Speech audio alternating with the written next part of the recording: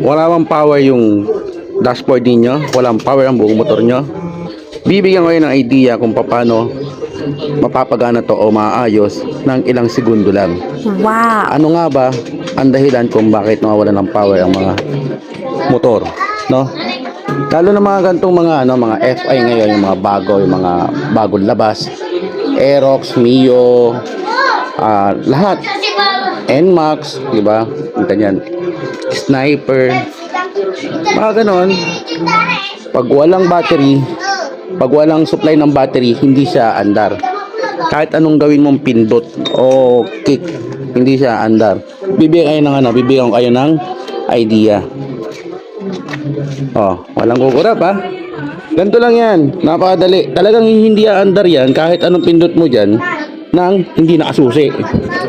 Dapat isusi mo yan. Tingnan mo, andar yan.